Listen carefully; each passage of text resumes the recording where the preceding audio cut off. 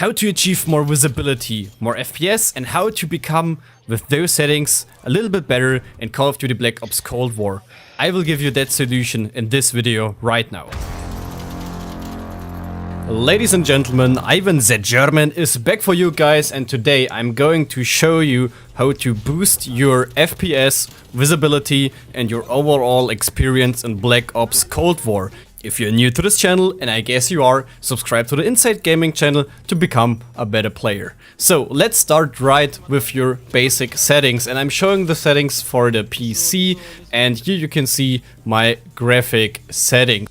So the first chapter is pretty basic stuff. Display mode, full screen, refresh rate depends on your screen. Everything is pretty basic.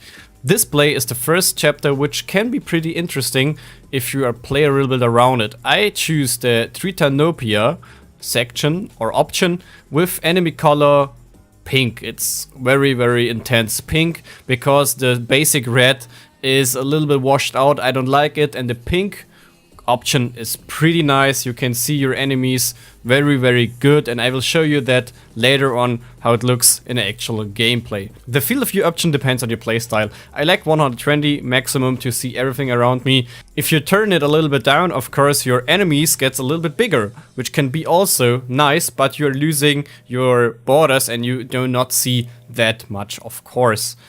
Let's continue with the texture quality. I choose it on Ultra. Why? Because you can see it right here. The differences with the Ultra settings, it's everything a little bit sharper. Same as with the model quality. I like it to have it a little bit sharper, a little bit more in detail. The model quality isn't that important, but the texture quality is. You can see the difference right here. It's with low settings, it's everything washed out and not so nice. And with Ultra settings, you have very sharp and very clear models, and that's important. Special effects quality, I don't need that on very good because I'm not interested in. I need FPS, and of course I need information. That's why effects are not necessary for me.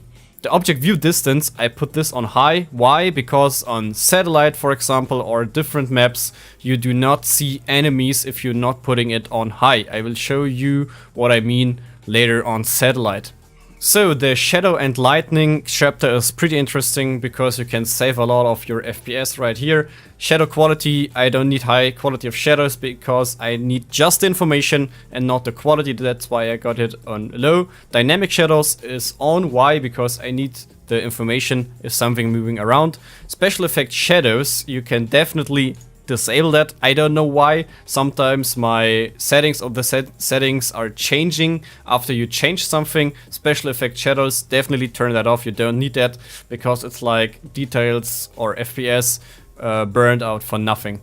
Weapon shadows also disabled, don't need that. Ray tracing, I completely disabled all of that stuff, but I'm not interested in wasting FPS for quality. I need that good and sharp picture, that's important. So the NVIDIA DLSS is an option. It's like an AI is choosing the best frame rate for your preset. I am not using it because my image is sharper without the DLSS, and if you disable the DLSS, you can choose your anti-aliasing quality. High is enough for me.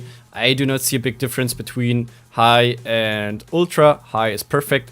Ambient occlusion quality is like how washed out your shadows are. I use it on ultra because if I have darker images, I do not want it to be washed out, but we will jump on that point later on. Also motion blur, one of the biggest mistakes. Turn off your motion blur, because if you're turning around with your motion blur, you will see nothing. So that's why definitely you have to turn it off if you want to be a better gamer, and that's why you are here for, and you're saving a little bit of your FPS. That's why the motion blur quality isn't necessary, because we have disabled it.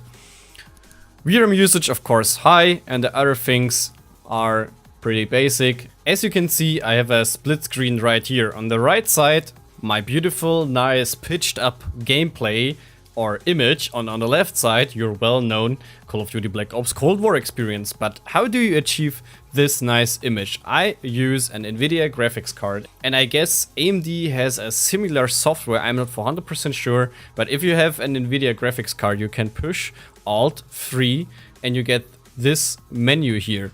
And this menu, it's in English over here, And you can see you can add some filters, some color filters. I don't know why those or my filters are in German. I'm sorry for that, but I will translate it to you to get everything clear. So this one, the Bildschirmaufteilung, is a split screen to show you the difference between standard and nice bright colors.